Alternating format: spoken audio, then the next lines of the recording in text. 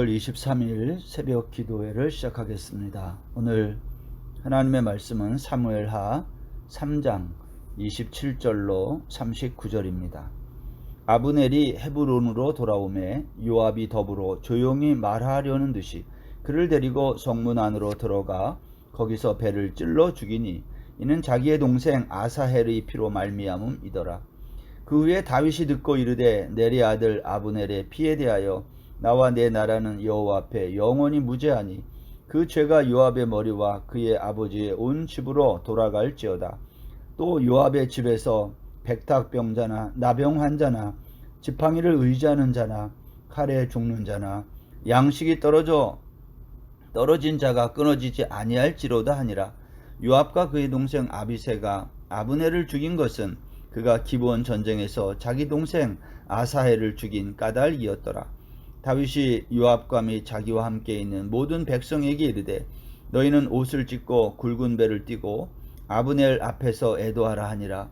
다윗 왕이 상여를 따라가 아브넬을 헤브론에 장사하고 아브넬의 무덤에서 왕이 소리를 높이 울고 백성도 다 우니라.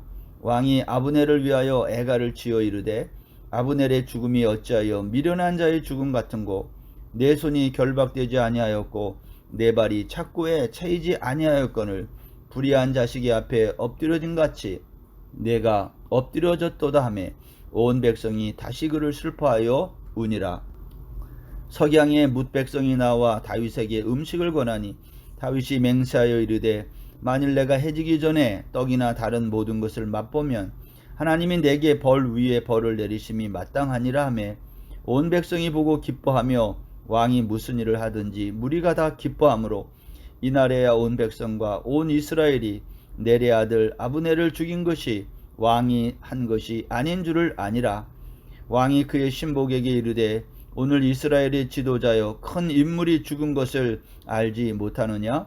내가 기름 부음을 받은 왕이 되었으나 오늘 약하여서 수리아의 아들인 이 사람들을 제어하기가 너무 어려우니 여호와는 악행한 자에게 그 악한 대로 갚으실지로다 하니라. 아멘. 오늘 말씀의 제목을 붙인다면 저는 다윗의 의로움이라고 하고 싶습니다. 왜 그런지 함께 말씀을 보겠습니다. 다윗은 사울왕에게 쫓겨다닐 때에 사울왕을 죽일 수 있는 두 번의 결정적인 기회가 있었지만 죽이지 않았습니다.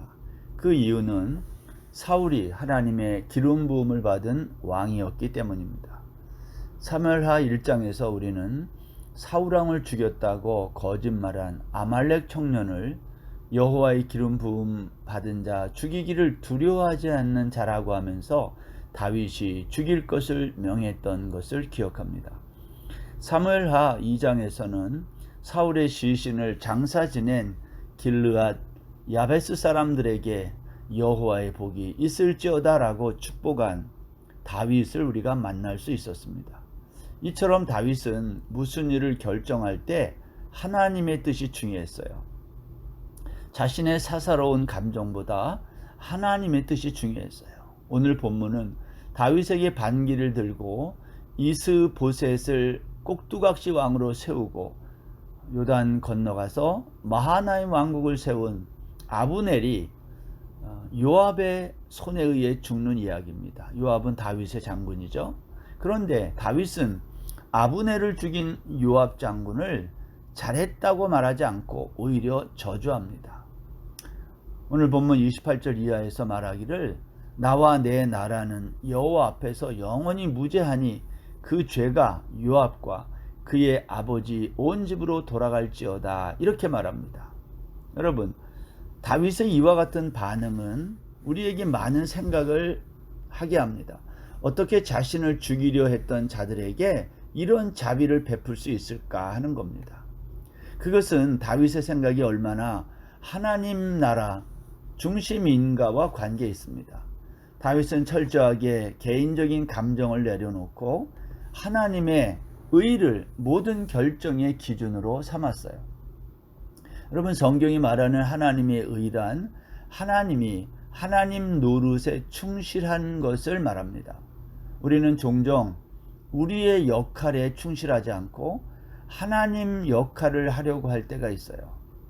다윗은 그렇게 하지 않고 하나님의 자리를 넘보지 않았습니다. 하나님의 자리란 판단하고 다스리는 왕의 자리입니다. 다윗은 그렇게 하지 않았다는 겁니다. 마치 자신이 모든 판단의 기준이 되는 것처럼 말하고 행동하지 않았다는 거예요. 우리 주변에 보면 가끔 자신이 모든 결정권을 가진 것처럼 말하고 행동하는 사람들이 있습니다. 여러분, 이것이 얼마나 위험합니까? 하나님을 의식하지 않는 거죠. 다윗은 철저하게 자신의 자리를 벗어나지 않았고 하나님의 자리를 침범하지 않았어요. 이것이 성경이 말하는 의입니다. 그러면 이와 같은 다윗의 의로운 행동의 결과가 무엇일까요? 다윗은 헤브론에 있는 7년 6개월 동안, 오늘 사무엘하 3장에 보면요, 앞에 6명의 자녀를 얻습니다. 이것은 다윗 왕국이 점점 흥왕하여지고 강성해져 가고 있음을 보여주는 겁니다. 그에 비해서 이스보셋의 사울 왕국은요, 마하나임에 세운 이 왕국은요, 아브넬이 권력에 대한 욕심을 갖기 시작하면서 분열하기 시작했어요. 그 분열의 시기에 우리가 앞에서 살펴봤지만요, 아브넬은요, 사울 왕의 첩 리스바와 통간합니다. 이것은 왕권에 대한 욕심을 드러내놓고 보인 거예요. 아브넬과 사울 왕의 첩 리스바의 통간 사건은 이제 사울 왕국의 결정적인 분열의 출발점이 되는 거죠. 결국 아브넬과 이스보셋 사이에 갈등이 일어납니다. 이 상황에서 아브넬은요, 이스보셋에 말합니다. 당신은 나 때문에 왕이 됐으면서, 다시 말하면 자기가 당신을 왕 위에 세우는 데 공이 크다는 거예요. 나 때문에 왕이 됐으면서 어떻게 나의 이러한 실수를 드러내고 말할 수 있느냐고 협박합니다. 성경에 보면 이스보셋은요, 아브넬이 두려워서 감히 한마디도 대답하지 못했다. 성경이 그렇게 증언합니다. 여러분, 이렇게 아브넬이 마하나임에서 권력을 얻어가고 있을 때 그는 다윗과 화친 조약을 맺으러 헤브론에 옵니다. 그런데 여러분, 그때의 전쟁터에 나갔다가 돌아온 요압이 아브넬이 왕궁에 갔다는 소식을 듣고 전령을 보냅니다. 그리고 아브넬을 다시 헤브론으로 불러들이고, 그리고 그를 속여서 성문 안으로 데리고 들어간 다음에 창으로 찔러 죽여요. 여러분, 요압이 아브넬을 죽인 이유가 뭐죠? 그것은 자기 동생 아사헬을 부하들끼리 이제 겨루기를 시켰을 때에 일어난 일이지 않습니까? 자기 동생 아사헬을 창끝으로 찔러 죽였기 때문이죠. 그러니까 요압은요, 아브넬이 자기의 동생 아사헬을 죽였다는 사실을 가슴에 가지고 있는 거죠. 뭐 그럴 수 있습니다. 자기 동생을 죽인 아브넬을 어떻게 잊겠어요? 그런데 여기에서 우리가 관심을 가져야 되는 것은 다윗 왕이 이 소식을 들었다는 거예요. 다윗 왕이 아브넬이 죽었다는 소식을 듣고 어떻게 반응을 합니까? 오늘 성경에 보면 다윗은요, 슬퍼하며 통곡하고 또 금식까지 합니다. 다윗은 아브넬의 상여를 따라가 그를 헤브론에 장사하고 무덤에서 소리 높여 울고 백성들도 다 울었다고 성경이 증언합니다. 제가 한번 읽어보겠습니다. 오늘 본문 32절 말씀. 아브넬을 헤브론에 장사하고 아브넬의 무덤에서 왕이 소리를 높여 울고 백성도 다 우니라. 왕이 아브넬을 위하여 애가를 지어 이르되 아브넬의 죽음이 어찌하여 미련한 자의 죽음 같은고, 내 손이 결박되지 아니하였고 내 발이 착고에 채이지 아니하였거늘 불의한 자식의 앞에 엎드러진 같이 내가 엎드러졌도다 하매. 여러분, 다윗은 아브넬의 죽음을 보고 애가를 만들어 불렀다. 여러분, 어떠한 사건을 보고 노래를 만들었다는 것은요, 이것은 보통 일이 아닌 거예요. 다윗은 그만큼 슬펐다는 거죠. 그리고 그가 노래까지 만들어 부른 거예요. 아브넬의 죽음이 다윗에게 어떠한 생각을 갖게 했는지를 성경이 우리에게 보여주는 거죠. 다윗은 정말 진심으로 아브넬의 죽음을 슬퍼했다라는 거 아닙니까? 그런데 성경이 이러한 다윗의 모습을 이스라엘 온 백성들이 보았는데 그들이 이걸 보고 기뻐했다는 거예요.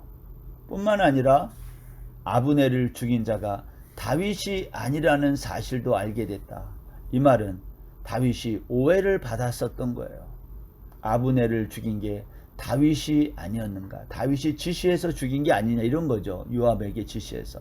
그런데 그렇지 않다는 것을 모든 백성들이 알게 되었다는 거예요.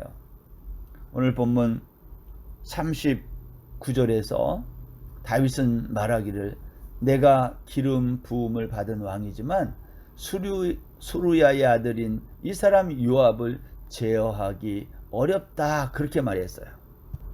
이것은 다윗에게 있어서 이 수루야의 세 아들, 이들이 얼마나 다윗이 함께 자기의 부하지만 함께 데리고 있기에 어려웠었는지를 보여주는 대목입니다. 다윗은 마지막까지 사울왕과 그 집의 아들들 그리고 그의 신하들을 생각합니다.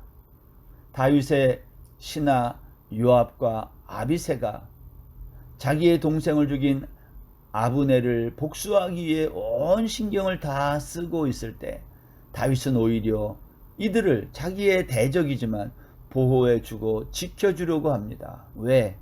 이것이 다윗의 역할인 거예요. 왕으로서 다윗이 해야 할 일을 한 거죠. 이것을 가리켜 우리는 다윗의 의로움이다 라고 말하는 겁니다. 자기를 해롭게 하고 대적하는 자들을 다윗은 끊임없이 보호를 하는 거예요. 사울왕 때도 그랬고요. 아브넬도 마찬가지입니다. 이유가 무엇일까요? 이것이 다윗의 의로움이다라는 거예요. 마태복음 13장에 보면 예수님이 가르쳐 주신 천국 비유의 말씀이 있습니다. 거기 보면 좋은 밭에 뿌린 가라지 비유가 있어요. 밭이 아주 좋다 그랬어요. 좋은 밭이에요. 그런데도 가라지가 자라난다는 거예요. 주인에게 가라지를 추수 때까지 두었다가 뽑으라고 합니다.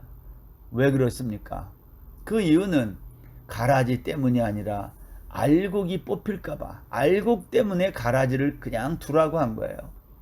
여러분, 교회가 힘이 약해질 때가 있습니다.